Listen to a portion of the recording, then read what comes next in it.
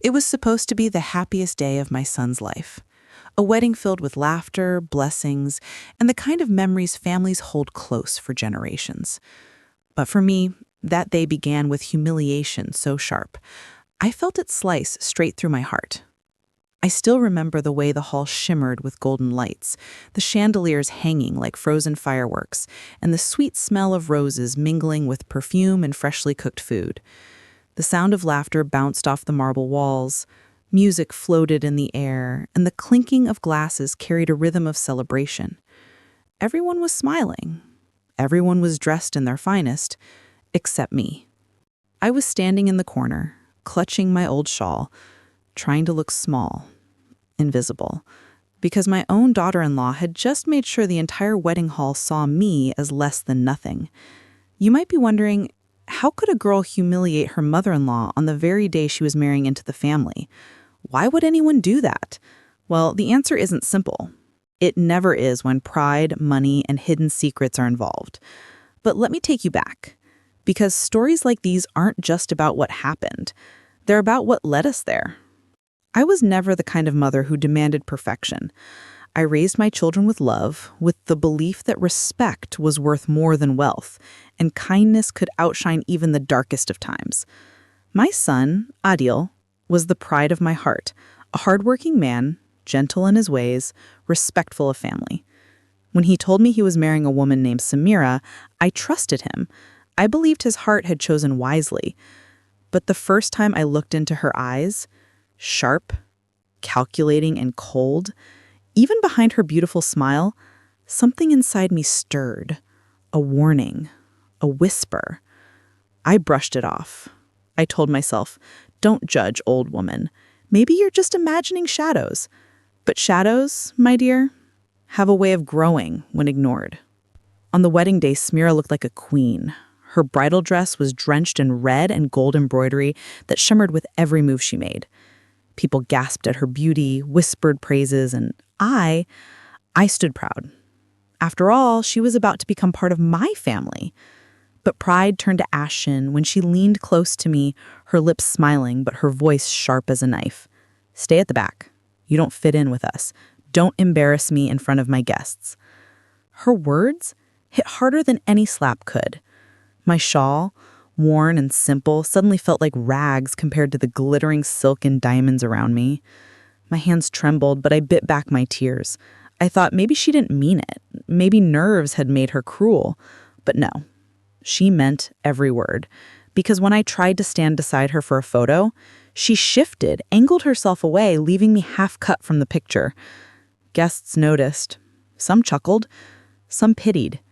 And I wanted the floor to swallow me whole. Have you ever felt invisible at your own child's wedding? Have you ever stood there, heart aching, while everyone else cheered? That was me. My chest burned with shame, but I swallowed it down, holding my silence like a shield. But what Samira didn't know, what she couldn't even imagine, was that the very arrogance she flaunted that night would lead to her own undoing. Because fate, my dear, has a strange way of balancing skills. Samira's father was a businessman, the kind who carried himself with pride heavier than gold.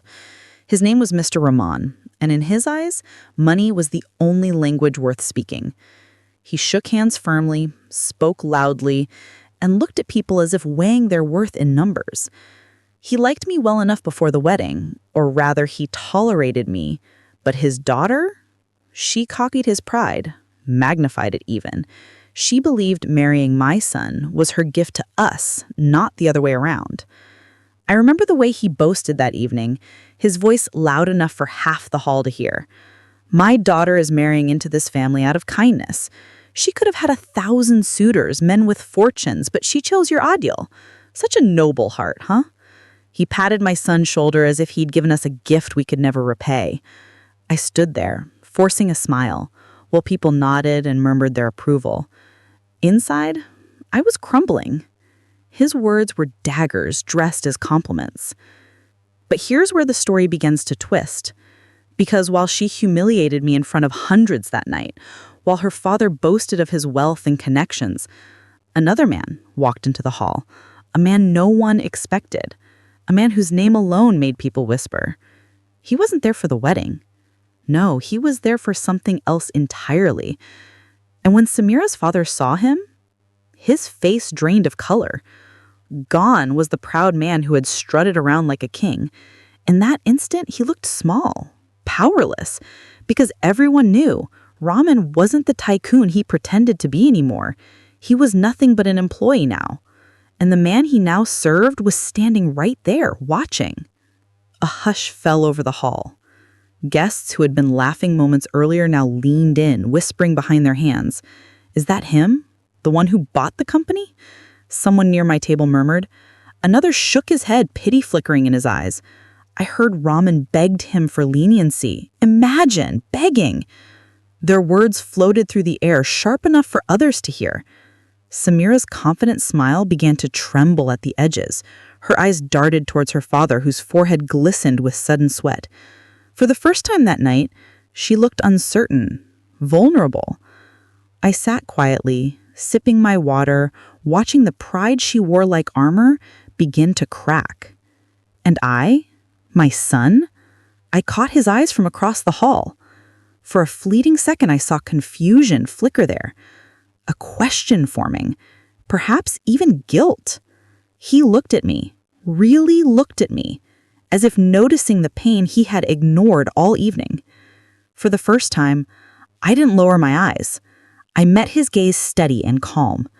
And in that moment, something passed between us. A silent message. "Do you see now, my son? Do you see the woman you've chosen and the family she comes from?" The rest of the night shifted. People no longer hovered around Samira and her father the way they had earlier. Whispers followed them, not praises. Eyes lingered on me, some with sympathy, some with newfound respect. Because while I was humiliated quietly, her downfall was public, loud, and undeniable. And that, my dear, was only the beginning. It was the morning after the wedding.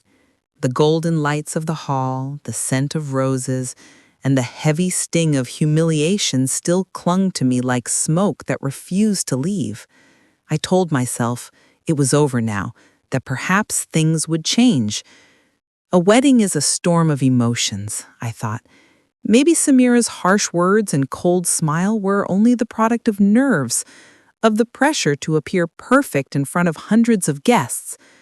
Maybe once she stepped into my home, she would soften. Maybe the cruel edges would smooth into warmth. I wanted to believe it. For my son. For myself. The first week of marriage should have been filled with small compromises, laughter over breakfast, and new bonds being stitched together gently, thread by thread. But what filled those first days instead was a silence that was sharp, stares that burned, and whispers that seemed to follow me like shadows. I remember that first breakfast as if it happened just this morning. I had risen before dawn, as I always did, my hands busy with dough, oil sizzling in the pan, the familiar rhythm of parathas filling the kitchen.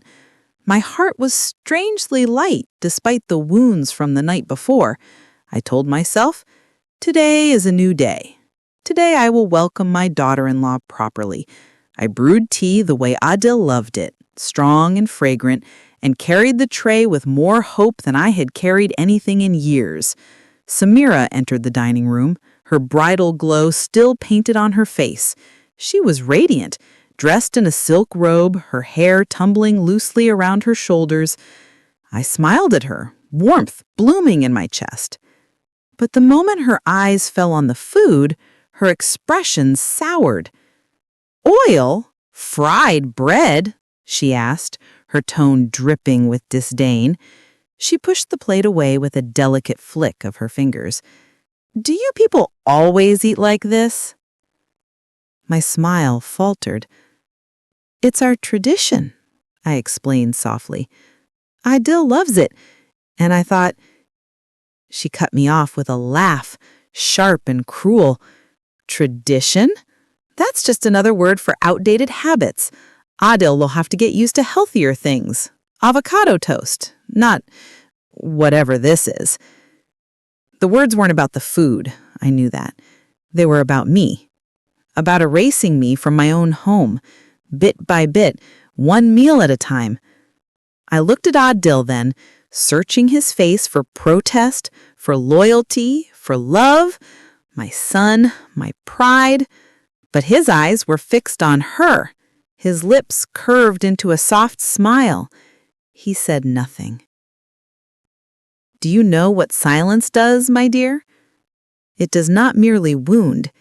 It kills, slowly and quietly. It carves pieces out of you until nothing remains but the ache of being unseen. That day marked the beginning of her mission, to rewrite the house, to erase me from every corner of it. Curtains I had chosen with care? Too dull, she said, pulling them down. Plates I had saved for special occasions. So cheap, she scoffed. Even the family photos lining the wall, my late husband's proud smile frozen in time among them, she wrinkled her nose at. We should replace these with something more modern, more aesthetic.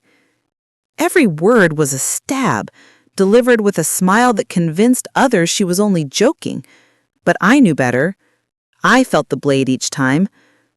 Still, I told myself patience was best. I told myself to wait, because sometimes silence is not weakness. Sometimes silence is a weapon, a way to observe. It was during one of those silent evenings that I first overheard her phone call. I had gone to place folded laundry on Adil's bed. The door was slightly ajar. Samira's voice drifted into the hallway, sharp, demanding. Baba, it's not enough. They need to understand we are better than them. I don't want to live in a house where the furniture looks like it came from a flea market. Adil should provide better. You told me he would. Her father's voice was muffled, but I caught fragments. Don't worry, soon. They'll see who we are. A chill ran down my spine. This was not merely arrogance. This was a plan. I should have confronted her then. I should have stormed in and demanded respect in my home. But I didn't. Instead, I folded my silence tighter around me and walked away. Because I wanted to see how far she would go. Sometimes when you let arrogance climb, it builds a tower so high that the fall destroys it completely. Days turned into weeks. Each one etched deeper lines of pain across my heart. One evening, I invited relatives from my side of the family, cousins I hadn't seen in years. My heart swelled with joy preparing for them, filling the kitchen with aromas of biryani, kebabs, and sweet kheer. I wanted the evening to sparkle with laughter, to feel alive again. When they arrived, I welcomed them with open arms. But Samira? She sat on the sofa, scrolling through her phone, barely lifting her eyes. When my cousin, eager to meet the new bride, tried to strike up conversation, Samira glanced at her once, then yawned. And then she spoke. Adil, do I really have to host these people? They're so ordinary. The silence that followed was deafening. My cousins shifted uncomfortably, their smiles stiff. My cheeks burned with shame so fierce I thought I might collapse. I excused myself, retreating to the kitchen, my hands trembling so badly I nearly dropped the tray I carried. Tell me, what kind of daughter-in-law insults her husband's family in their own home? What kind of heart drips with such pride it cannot see the people around it?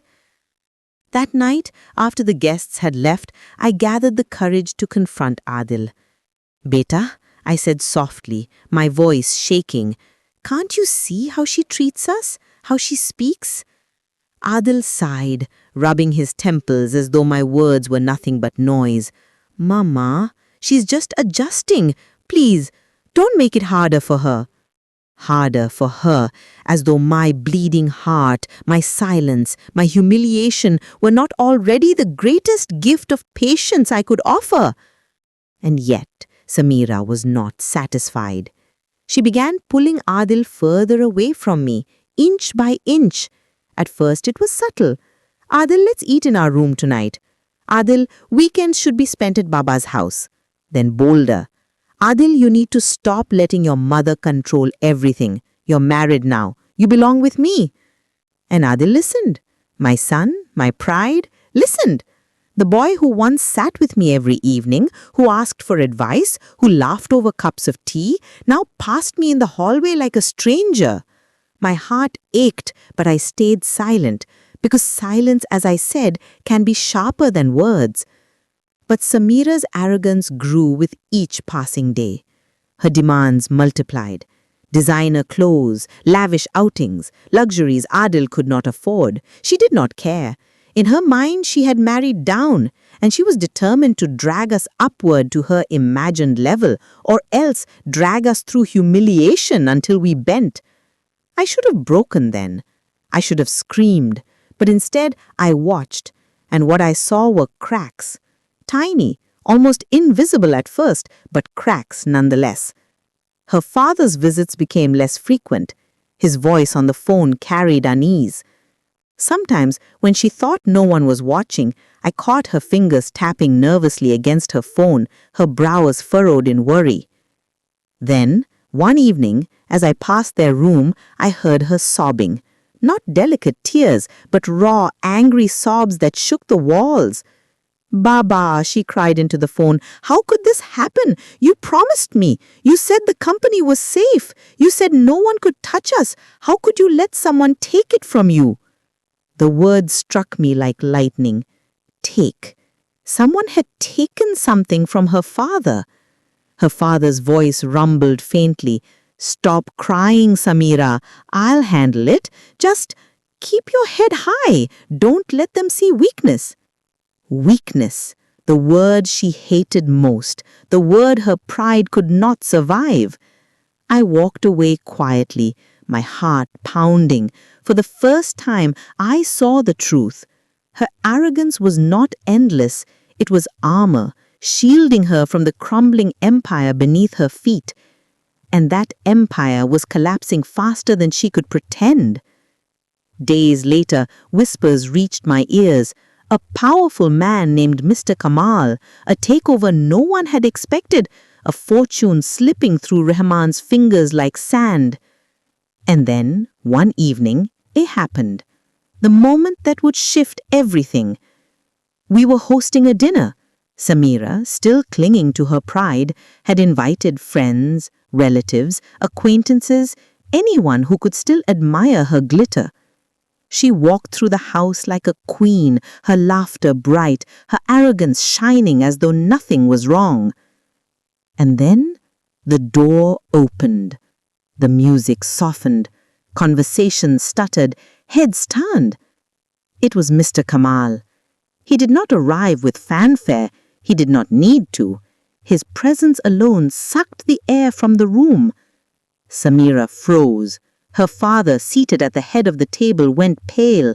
The proud Rahman, the man who once carried himself with the weight of gold, looked suddenly small. Everyone in that room knew his empire was gone, his crown had been taken, and the man who wore it now was standing in his living room.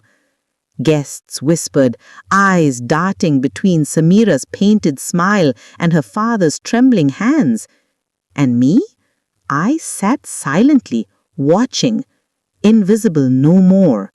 Because for the first time since that cursed wedding night, humiliation no longer belonged to me, it belonged to them. And oh, how quickly pride collapses when the ground beneath it is gone. The night I overheard Samira crying, something in me shifted. Until then, I had endured her insults, her humiliations, her attempts to erase me. I bore them like a silent wall, taking the blows, thinking my patience was for my son's sake. But hearing her fear, hearing her father's trembling voice on the phone, it told me a truth I had long suspected. Her arrogance wasn't born from strength, it was born from weakness, from a desperate attempt to cover cracks that were growing wider every day. Prideful people don't fall gracefully, they crash. And Samira and her father were about to crash harder than either of them ever imagined. It started with whispers, the kind of small, careless talk that gathers spirit in a town like ours. I overheard two men near the grocer's stall, one shelling peas and the other balancing a scale. Did you hear? Rahman Industries is no longer theirs. Some outsider bought them out, paid in cash too, the first man said, as if repeating a gossip both delighted and afraid to believe. The other man shook his head, incredulous. Impossible! Rahman has ruled this town for decades. Not anymore, the first man replied, a smirk at the corner of his mouth. Times change, money shifts. Haven't you seen his face lately? He looks like a man carrying the weight of a mountain. I stood frozen in the doorway of the shop, the sunlight moving across the floor, my heart thudding in my ears. Could it be true? Was the storm Samira had been trying to hide finally breaking in plain sight? That evening when Adil came home, I tried to be casual. Beta, have you heard anything about your father-in-law's business? I asked, folding napkins at the cable. He looked up, and for a moment I saw the man I had raised, soft, kind, but then his features tightened. He avoided my eyes. Mama, don't get involved in things that don't concern us, he said too sharply for comfort. The defensiveness in his voice told me more than any explanation could. He knew, and he didn't want me stirring the water. Secrets have their own way of rising to the surface. They don't stay buried when the ground is weak. A week passed, and the cracks I had noticed widened. Samira's restlessness became a presence in the house, pacing from one room to another, tapping at her phone until her fingernails left crescents of worry. When I dared to ask if she was all right, she snapped, "Why do you care? You wouldn't understand." Her tone was a thin mask of irritation. Underneath it was panic. One night their argument leaked through the thin bedroom walls. Two voices, one pleading and one breaking. "You promised me, Ardence. You said marrying you wouldn't mean losing everything. You said I would still live like a queen." "And I've tried," Adil replied like something breaking. "But I can't give you what your father had. I'm not him, Samira. I'm just me." "Just you?" she spat. "That's the problem. You're ordinary, and I was raised to be extraordinary." Her word, ordinary, struck like salt on an open wound. To her, ordinary meant worthless, and to be seen as ordinary was the gravest insult she could offer. I lay awake that night thinking about the way she had called my parathas, my curtains, my memories outdated and cheap. I thought about every moment I had swallowed in silence and wondered if silence had been enough. Life has a way of teaching lessons we refuse to learn otherwise, and lessons were coming for Samira, for Rahman, and for anyone who believed arrogance could withstand the truth. A few days later, it happened, on a Sunday that began like any other. Soft light, birds, the kettle singing on the stove. A sleek black car drew up to our gate. It wasn't the sort of vehicle that screamed for attention. It was quiet, composed, dignified, the sort of car owned by someone who knew the value of having less noise and more presence. A tall man stepped out. He wore a simple white shirt and dark trousers. No gold watch, no loud cologne, no name to flash. But there was something about him, the calm steadiness of someone who had climbed through storms and learned to stand unshaken. He carried himself with a dignity that wasn't loud, only heavy with purpose. He walked up the path and knocked gently. Samira flung open the door, surprise immediately twisting into annoyance. "Who are you?" she demanded, less regal now than curious. The man's smile was small and even. "You don't know me, but your father does." When his name landed, soft, final, the air in my chest went thin.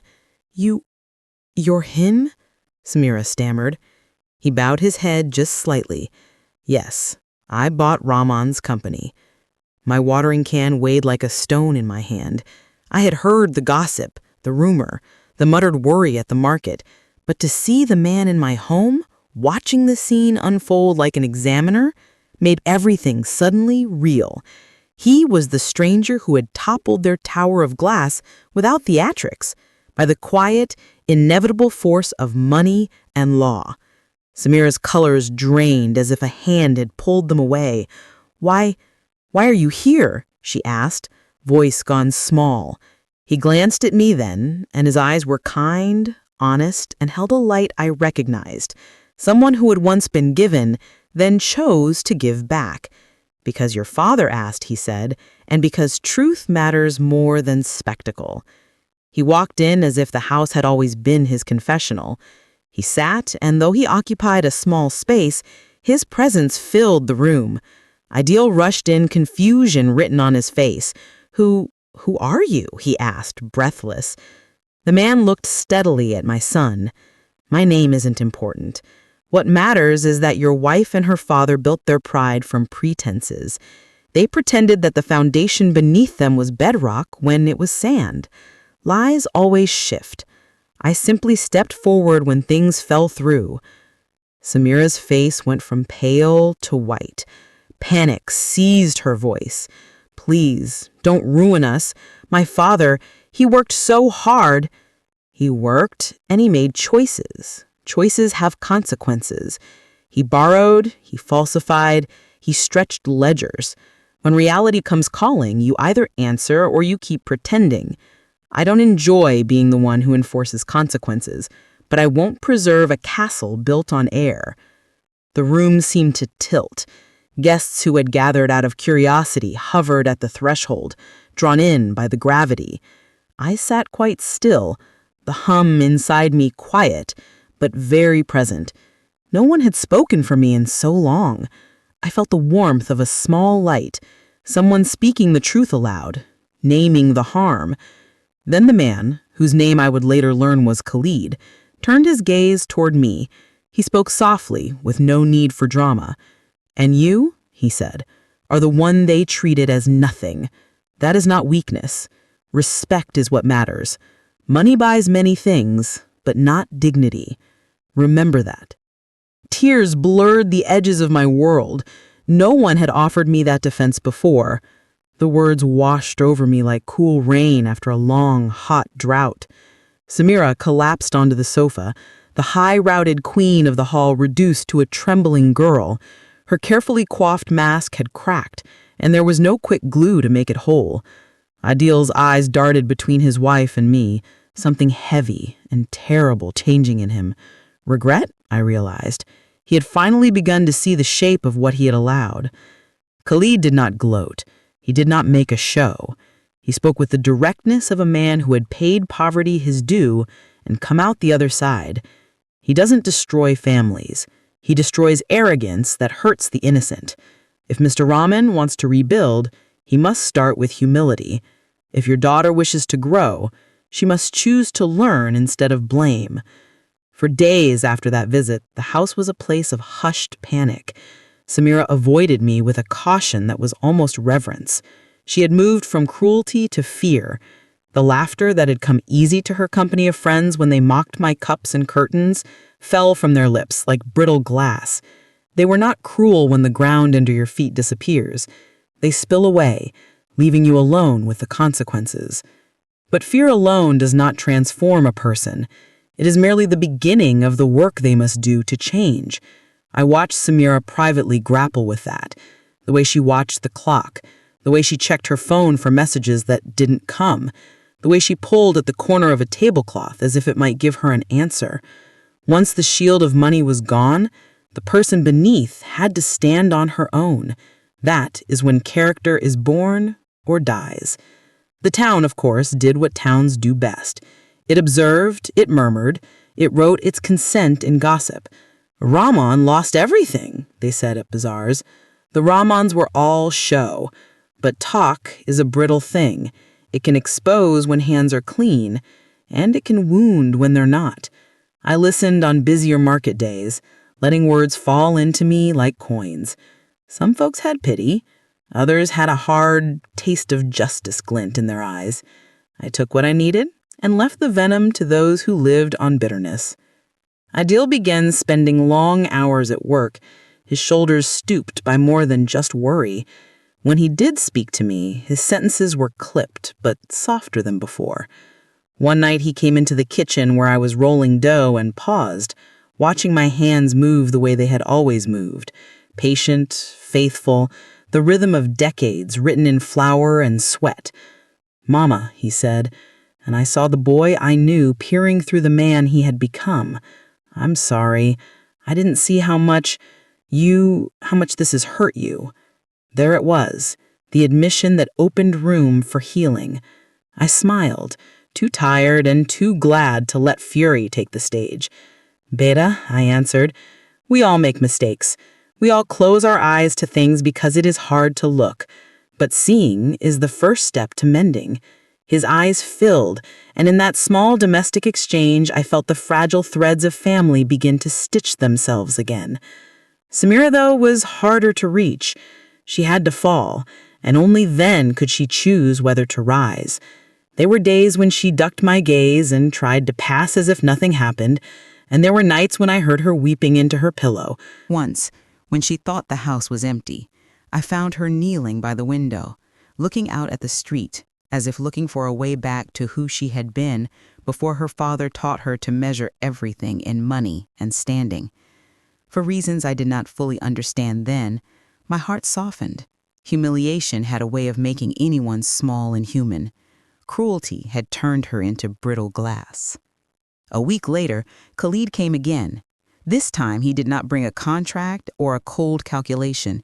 He brought a reminder of something softer, a memory, perhaps, of a man he once was. He spoke to Samira as a mentor, not a judge. "You can rebuild," he said, "not with the trappings your father sold you, but with work, with honesty, with humility. Money can help you begin, but it can't teach you how to be kind." Samira's shoulders trembled then. She had measured people by their possessions for so long that kindness was a new currency she had never learned to use. Slowly, in jagged steps and clumsy apologies, she began to offer small things: a muted "thank you" when I served tea, a shorter comment in which she did not sneer. It was not a return to warmth, but it was the beginning of noticing. The town watched. Some were quick to forgive, others slow. Old friends of Rahman's came with their own calculus: who would be useful in a rebalanced world and who would be cast aside. That is how small towns survive, by rearranging alliances when the ground shifts. I kept to the center of my small life: bread, prayers, tending the plants that refused to die. That steadfastness became my quiet witness as the world took its turns. Months passed. Rahman, humbled and anxious, started showing up at the mosque more often, his steps quieter, his voice lower when he spoke to neighbors. He visited Khalid, not to beg, but to understand what had gone wrong and to ask, awkwardly, if there was any path to repair. It was a small, trembling attempt at redemption, an acknowledgement that pride had been the architect of his downfall. Adil worked overtime and then some, trying to keep the house where we lived from slipping into debt.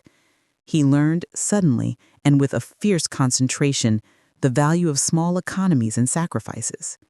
He started taking tea with me at dawn, not out of obligation, but from need, the need to be a son again, to share burdens.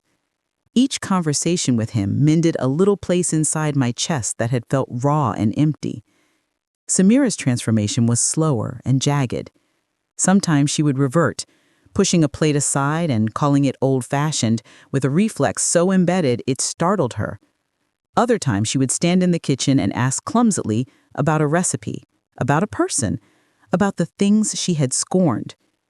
She listened when I hummed the old songs my mother used to sing, and once, after a long silence, she asked me where a particular spice had come from. "Your mother?" she said, incredulous.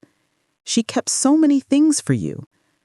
It was the smallest of admissions, but it was an opening. One evening, as the summer drew to a close and the light softened the way it does when the year tilts, Samira came into the kitchen while I was kneading dough. She stood awkwardly, then said, "Mama, I'm sorry for everything I said at the wedding, for the mornings, the plates. I thought—" She broke, and for once she could not find the armor of sarcasm. I wiped my hands on my apron and looked at her, at the woman who once tried so hard to make me feel small. The apology was a small, clumsy thing, but it was honest. "Beta," I said. Words can be heavy and light. They can hurt and they can heal.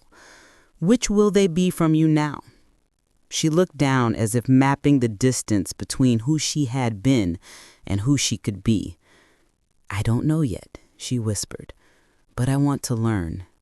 And that, I realized, was the real miracle. Someone choosing to change because they were stripped of pretense, not because they were told to. Pride is stubborn. It rarely gives up without reason. But sometimes the reason, loss, the taste of being small, teaches better than any lecture. In the months that followed, the town recalibrated. Rahman took small jobs, helped at a cousin's shop. He learned the ordinary routines he had once scorned. Otto found steadiness in the work that had never been about show but about providing. Samira, awkward and apologetic, learned to carry a kettle without rolling her eyes. She started to ask questions, to listen, to notice. She began to see the value not in what things cost, but in what they meant.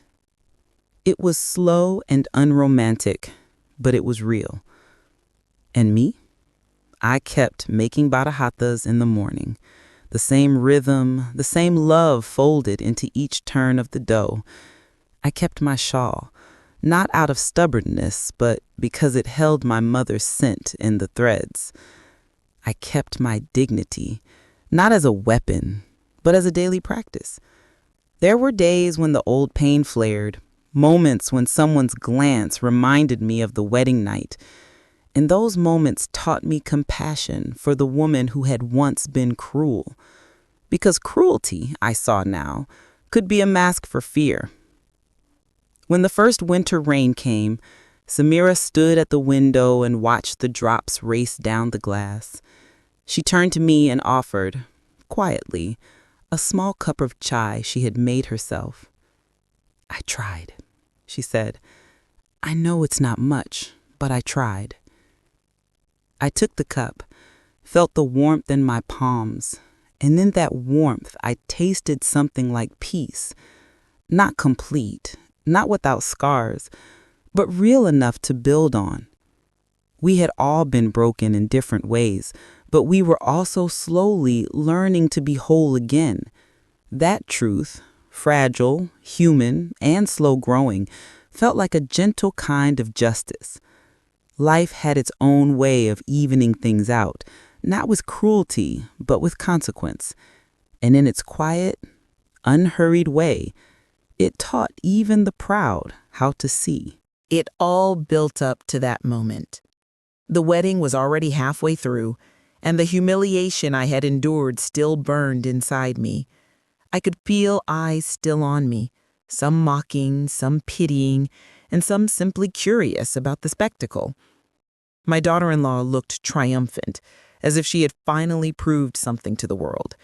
She carried herself with the arrogance of a queen, walking hand in hand with my son, smiling for the cameras.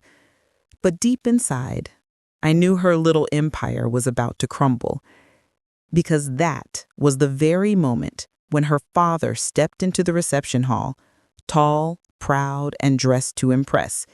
He had the air of a man who thought the world owed him respect, but what he didn't know was that his empire had already been sold, and the buyer, the man who now owns his company, was about to walk right into the same room. The announcement was subtle at first. One of the organizers stepped onto the stage, tapping the microphone. "Ladies and gentlemen," he said, "before we continue with the celebrations, we have a very special guest in attendance. Please welcome Mr. Samuel Grant." The name dropped like a thunderclap across the hall. Whispers ran through the crowd. People craned their necks, cameras shifted, and then through the entrance doors walked Samuel Grant, the millionaire, a man of quiet power and overwhelming presence. His mere steps silenced the laughter and chatter. He wasn't dressed extravagantly, but his aura spoke louder than any fabric could. I watched as the father of the bride froze in his tracks. His glass slipped from his hand, shattering against the marble floor, the sound rimming out in the silence. He knew exactly who Samuel Grant was. The man who had bought his company. The man who had reduced him from an untouchable businessman to a desperate man with dwindling pride. My daughter-in-law's confident smile faltered. She looked from her father to the guest of honor, confusion clouding her perfect little face. "Dad, what's wrong?" she whispered, her voice trembling slightly. But her father couldn't answer. He just stared, his face pale, his hands trembling. And then Samuel Grant walked right up to him, extended his hand, and said calmly, "Ah, Mr. Harris, I didn't expect to see you here. Though I suppose you didn't expect to see me either, not after the board signed everything over." The entire hall gasped. Phones were out, recording every second. My humiliation from earlier was being replaced by a different kind of drama, one that no one would ever forget. My daughter-in-law staggered back, her confidence shattered in front of her guests. "What do you mean?" she asked desperately, looking at Samuel, then at her father. "What's going on?" Samuel's smile was calm, almost pitying. "Your father's company was drowning in debt. I bought it. Which means everything you've been bragging about, every ounce of your so-called power, belongs to me now." He paused, his eyes sharp. "Including the pride you thought you had left." The room erupted in whispers. Guests began to exchange shocked looks. Some even chuckled behind their hands. The sound wasn't cruel laughter. It was disbelief, amusement at the mighty being humbled. And that was the moment my daughter-in-law realized the humiliation she had dealt me just hours ago was now returning to her tenfold. Her father, once a proud man she idolized, stood broken, staring at the floor like a man stripped of everything. Tears welled in her eyes, mascara streaking her face. No, this can't be true," she muttered, shaking her head. She reached for my son, as if to find stability, but even he looked stunned. His face burned with embarrassment. Suddenly, her cruelty, her arrogance, her superiority melted into raw vulnerability. Samuel's eyes didn't waver. He stood tall, his voice carrying across the hall without needing to shout. "Mr. Harris, you built an empire on arrogance and debt, and now you've lost it all. Don't look at me as your enemy. Look at me as the truth you refuse to face." Her father opened his mouth as if to protest, but no words came out. He clenched his fists, his jaw tightening, but he was powerless. In front of so many witnesses, in front of flashing cameras, denial was useless. His downfall was no longer a secret. It was a spectacle. I felt my breath catch. For months, I had been the one suffering silently. Every insult, every cruel word from my daughter-in-law, every moment of erasure. And now, in this glittering hall filled with roses and chandeliers, Justice had walked in wearing a white shirt and calm eyes. My daughter-in-law collapsed into a chair, her body trembling. "Dad, tell them it's not true. Please, tell them." Her voice cracked, childlike in its desperation. But her father just looked at her, his own face hollow with defeat. Samuel turned slightly, his gaze sweeping the hall. "Ladies and gentlemen," he said, "forgive the interruption. I only came to congratulate the young couple, but it seems my presence has stirred. truths that could not stay hidden. I'll leave you to your celebrations." His words were polite, but their weight was heavy. And then, before he turned to go, his eyes found mine. He gave me a respectful nod, the kind that acknowledged my dignity, something my daughter-in-law had tried to strip from me. For the first time that evening, I felt seen. I felt respected. The whispers grew louder as Samuel walked out. The father of the bride stood frozen for a moment longer before slipping away, trying to hide his brokenness from the guests. But it was too late. The damage had been done. My daughter-in-law sat in silence, her painted face streaked with tears, her hands clutching at her gown as if fabric could hold together the pieces of her crumbling world. Her friends, the ones who had laughed with her at my expense, avoided her gaze now. They whispered among themselves, eyes darting nervously, eager to distance themselves from her fall. My son. Oh, my son. He stood torn between shame and helplessness, his eyes flickering toward me for the first time that night. In them I saw something I hadn't seen in months. Regret. The realization that the woman he defended so blindly was not invincible, and that the mother he had neglected had been right all along. I left the wedding early, walking into the night air with a calm heart. The cool breeze brushed against my face, carrying away the bitterness that had weighed on me for so long. My humiliation had turned into her lesson. And in that moment, I realized something important. Life doesn't always require you to fight for revenge. Sometimes, you simply have to stand tall, endure, and let life unfold. Karma has its own way of delivering justice. But the story did not end that night. In the days that followed, the whispers from the wedding spread like wildfire. Everyone knew now. The mighty Harris Empire had collapsed. Samuel Grant had taken everything. The newspapers carried headlines, neighbors talked over fences, and those who had once bowed to them in admiration now whispered behind their backs. My daughter-in-law changed. The fire in her eyes dimmed, the sharpness in her voice softened. She no longer walked through the house like a queen. Instead, she moved quietly, her footsteps careful, as if afraid of drawing too much attention. She looked at me differently, too, not with superiority, but with something closer to shame. She could not meet my eyes for long. Otto struggled too.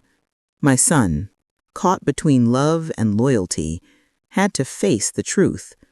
The woman he defended, the family he had married into, no longer carried the power he thought they did.